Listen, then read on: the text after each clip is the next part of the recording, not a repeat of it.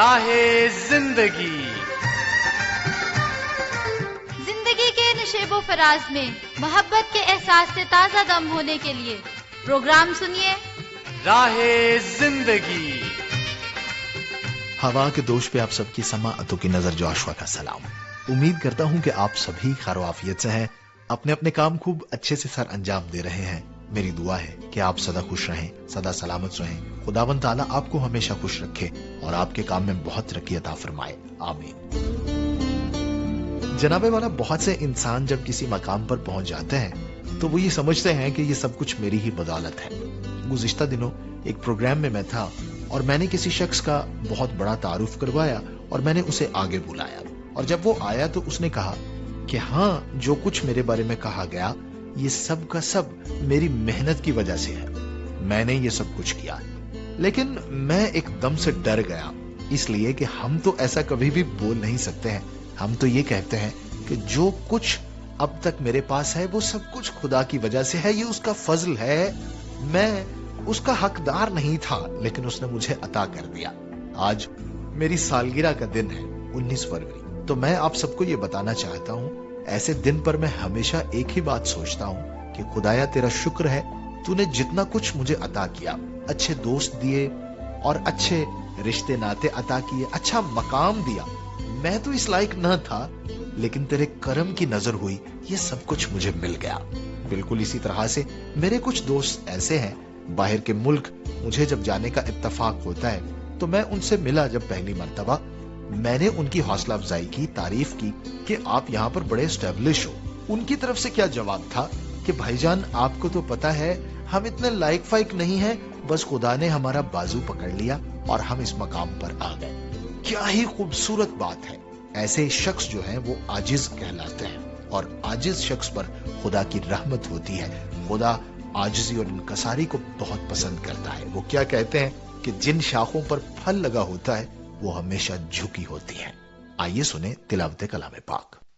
کلام مقدس میں مرقوم ہے، ہر اچھی بخشش اور ہر کامل انعام اوپر سے ہے اور نوروں کے باپ کی طرف سے ملتا ہے، جس میں نہ کوئی تبدیلی ہو سکتی ہے اور نہ گردش کے سبب سے اس پر سایہ پڑتا ہے۔ خدا کی شکر گزاری کرتے ہیں اس کے پاک کلام کے لیے۔ کلام مقدس بھی ہمیں یہی بتاتا ہے کہ ہر اچھی بخشش اور کامل انعام یہ اس کی طرف سے ہے، نہ مشرق سے نہ مغرب سے، کامیابی ہمارے خدا کی طرف سے ہے۔ رب کی ہوے ثنا، ہمیشہ رب کی ہوے ثنا، رب کی ہوے ثنا، ہمیشہ رب کی ہوے ثنا۔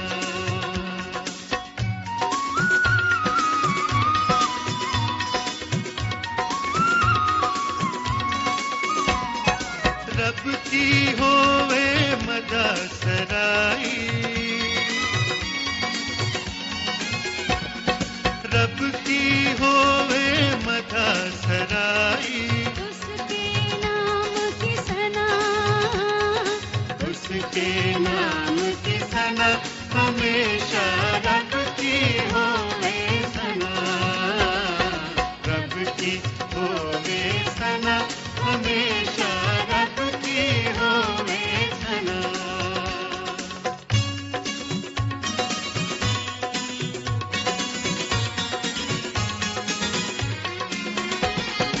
رب کے گھر میں ہوے ستائش، رب